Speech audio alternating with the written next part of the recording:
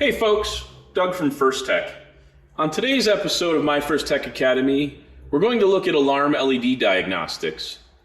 So we're going to navigate first of all to firsttechdata.com to get this information. This page does require a login, so you're going to have to be logged in. And the first thing you're going to do is click on this tab on the left-hand side of the screen that says Documents. Once you click on Documents, you're going to click on Manuals. And then you're going to navigate to the particular control unit that you're working with. So you're going to click on Control Units and then choose the particular model that you're working with for these LED diagnostics for the alarm. So in this particular case, we'll utilize the CMX brain. However, on most of the brains, the alarm diagnostics, we've made the same across the board. So you'll see a very common theme with all the alarm diagnostics as far as the flashing pattern.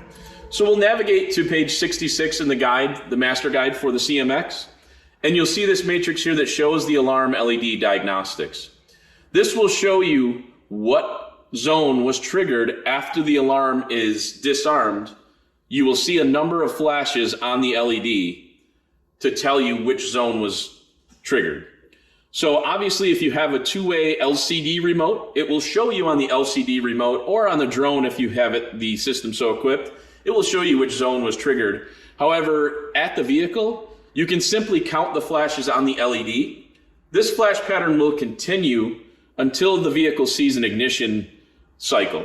So the LED will continue to flash that series. So for example, if the alarm saw the door open, it will flash 2 times and then pause and then 2 and then pause until the vehicle sees an ignition cycle after it's disarmed. So we can go through these one at a time just real quickly. 2 flashes is door, 3 flashes is shock stage 1, 4 flashes would be shock stage 2, which would be instant trigger. 5 flashes would be a tilt sensor from the DAS. 6 flashes would be it saw ignition turn on.